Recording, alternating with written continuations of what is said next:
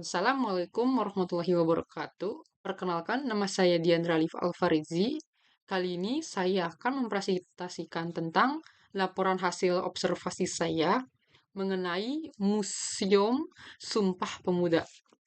Oke, mari kita masuk. Yang pertama itu latar belakang. Sejarah berperan penting dalam membentuk identitas dan karakter suatu bangsa yang menjadikan fondasi nilai-nilai kebangsaan. Nah, kita tuh bisa melihat juga dari tantangan era digitalnya, yaitu menurunnya minat generasi muda terhadap pembelajaran sejarah dan warisan budaya bangsa. Maka karena itu, museum hadir sebagai media edukasi interaktif yang mampu menghidupkan nilai-nilai kewarganegaraan secara menarik.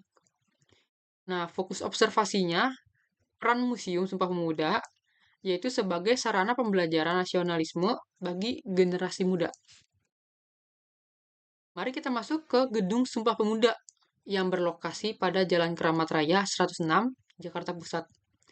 Dulunya merupakan bagian kawasan Weltevreden yang pusat pemerintahan VOC pada abad ke-18. Awalnya itu tempat ini yaitu rumah tinggal yang kemudian menjadi rumah indekos mahasiswa Stovia dan Hera HS. Gedung ini menjadi wadah organisasi pemuda seperti Jong Java dan Jong Sumatranan Bon yang disinilah berlangsung Kongres Pemuda kedua pada tahun 1928 yang melahirkan Sumpah Pemuda. Nah, mari kita masuk ke transformasi bangunan ini menjadi museum nasional. Pada tahun 1959, pemerintah menerapkan 28 Oktober sebagai Hari Sumpah Pemuda. Gedung bersejarah ini kemudian dipugar dan diresmikan sebagai Museum Sumpah Pemuda untuk mengenang peristiwa penting dalam sejarah bangsa. Fungsi museum ini untuk mendokumentasikan perjalanan sejarah bangsa Indonesia dari kebangkitan Budi Utomo pada 1908 hingga proklamasi kemerdekaan 1945 dan menjadi sarana edukasi dan penanaman nilai patriotisme. Sejarah pergerakan pemuda yaitu Budi Utomo pada 1908, awal kebangkitan nasional Indische Vereniging, organisasi mahasiswa di Belanda, Jong Java pada 1915, Pemersatu Pelajar Jawa, Madura, Bali, dan Lombok, Jong Sumatranan Bon pada 1917, Solidaritas Pelajar Sumatera, Sekar Rukun 1919, Organisasi Pemuda Sunda, Kongres Pemuda 1 1926 yang menjadi cikal bakal Persatuan Kongres Pemuda kedua 27-28 Oktober 1928, lahirnya Sumpah Pemuda, Ikrar Persatuan Bangsa, Indonesia Raya pertama kali diperdengarkan oleh W.R. Supratman dan puncak semangat nasionalisme pemuda Indonesia. Nah, di sini juga kita bisa melihat artefak museum seperti Panji Organisasi Sakti Budi Bakti yang merupakan lambang kebanggaan Jong Java yang dipamerkan di museum sebagai bukti semangat persatuan pemuda Indonesia. Yang kedua ada foto-foto kongres dan dokumentasi kegiatan organisasi pemuda menjadi saksi bisu perjuangan generasi muda dalam membangun kesadaran nasional. Yang ketiga itu kita juga bisa melihat berbagai simbol semangat persatuan dan nasionalisme tersimpan rapih.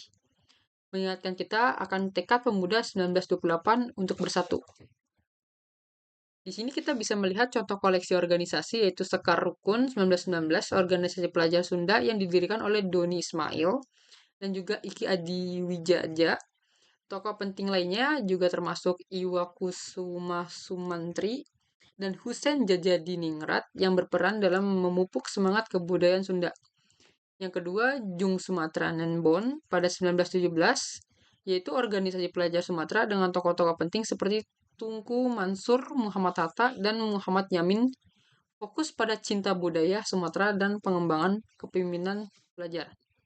Nah, di sini ada pengertian Sekar Rukun, yaitu Sekar Rukun merupakan organisasi kepemudaan yang berlandaskan pada etnisitas Sunda dan didirikan oleh para pelajar di Batavia.